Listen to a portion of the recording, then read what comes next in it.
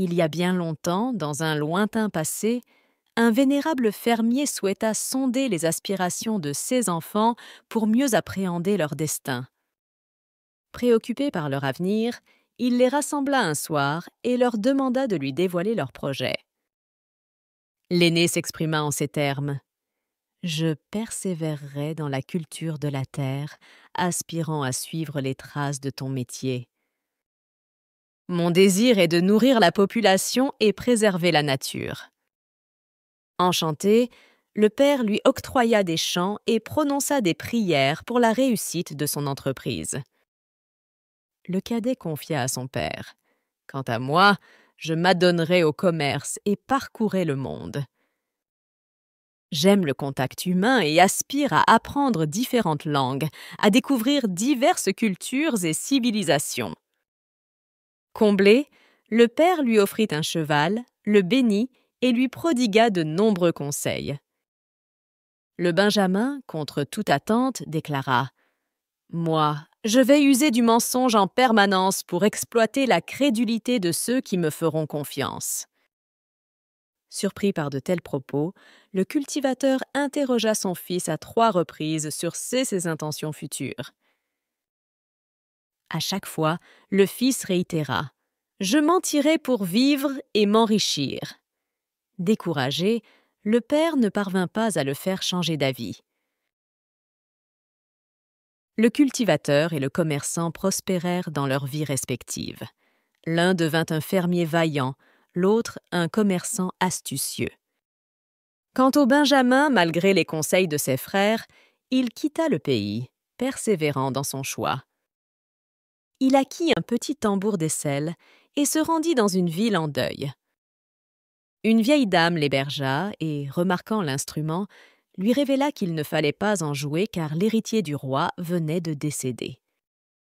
Elle ajouta « Le souverain est prêt à offrir beaucoup d'or et de pierres précieuses à quiconque ramènera son fils. » Toutes les festivités sont désormais proscrites tant que le prince demeurera dans le royaume des morts, d'où la tristesse qui règne en ville. Le menteur éclata de rire et s'adressa à la femme. « Peux-tu confirmer la promesse du roi ?» Alertés par ces éclats, les voisins accoururent. La vieille dame répéta ces paroles, et toute l'assemblée approuva ses dires. Seul avec la vieille dame, le menteur s'enquit longuement de la famille royale. Puis il déclara « Madame, allez dire au roi que votre hôte peut ramener son fils à la vie. Qu'il prépare les cadeaux promis et fixe la date où je réaliserai le miracle. » La vieille dame se dirigea vers le palais royal, incrédule.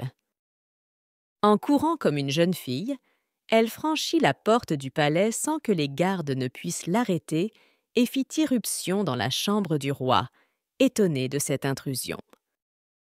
La vieille dame annonça « Roi, cesse de verser des larmes, je ne suis ni folle ni mythomane. Je loge un étranger affirmant pouvoir ramener le prince à la vie. » Le roi convoqua aussitôt la cour et ordonna au chef des guerriers d'aller chercher l'étranger. Une fois au palais, l'étranger suggéra qu'une belle cérémonie devrait avoir lieu au cimetière pour la réalisation du miracle. Le jour venu, le roi, la cour et toute la population se rendirent au cimetière, où l'on lui indiqua la tombe du prince. Le menteur psalmodia des paroles incompréhensibles et agita une queue de buffle. Soudain, il demanda au roi « Connais-tu Koli, Yoro, Guédel et Djadji ?»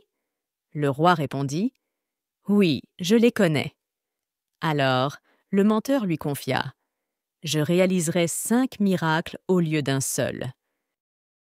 Le prince ne reviendra au monde des vivants que s'il est accompagné de son grand-père Koli et de ses oncles Yoro, Guédel et Djadji. » Le roi réfléchit brièvement et chuchota à son conseiller principal. Puis, il demanda à la foule de se disperser. Se tournant vers l'étranger, il déclara « Laisse le prince royal et sa famille reposer en paix. Tu recevras ta récompense et je te prendrai comme conseiller. » Personne ne comprit la décision du roi de renoncer au retour du prince. Mais le roi avait un secret. Il avait empoisonné son père et ses frères aînés pour accéder rapidement au pouvoir. La réapparition de ces hommes aurait posé un sérieux problème. La vieille dame était au courant de ces affaires familiales. Elle avait informé l'étranger qui avait soigneusement préparé son imposture. En échange, elle reçut une part importante des cadeaux récoltés par le menteur. L'attitude du roi demeura énigmatique pour le peuple. Cependant, tous se réjouirent de retrouver une vie normale et les plaisirs de la fête. Quant au menteur, saura-t-il préserver sa vie désormais qu'il a découvert le secret du roi?